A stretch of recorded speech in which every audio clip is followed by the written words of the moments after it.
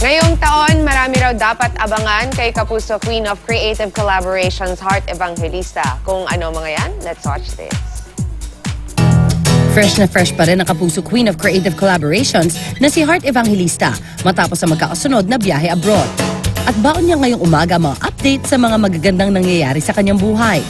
Ngayong taon, magiging pasabog daw ang kanyang mga sorpresa sa kanyang mga fans, pero secret daw muna ito sa ngayon. Well, I'm leaving again for another month. I'll be shooting a movie and some of the parts will be shot in the States. So that's something I'm also looking forward to. This year, my first international movie will be shown. So that's something I'm very excited to talk about. And there's just so much actually. Ang pag-workout at pagiging healthy, kinakareer din ngayon ni Heart. I usually wake up at 4 a.m. and work out. It's really the workout. I think it's the running. Kasi parang your blood circulation is so much better and I also have been eating healthier.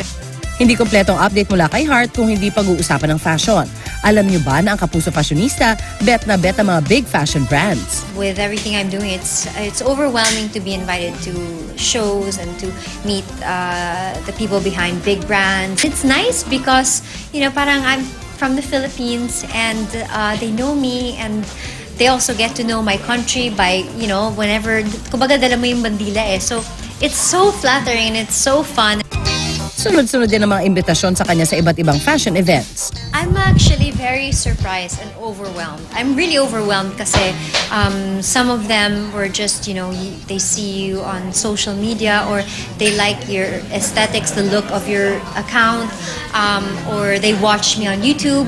A lot of them are actually coming from YouTube because parang they like my channel, they like my content. Ang Everybody's Peg, may treat ngayong umaga dahil si Heart may random tips daw para sa atin. When you put an outfit together, no matter where you're going, no matter what you're facing, kahit ano pong problema yun, it's the first step to feeling really good about yourself and empowered. So I love dressing up. There's an impression that they see on Instagram that everything is expensive, it's unattainable, but really, yeah, maybe one jacket is expensive, but it's how you put it together.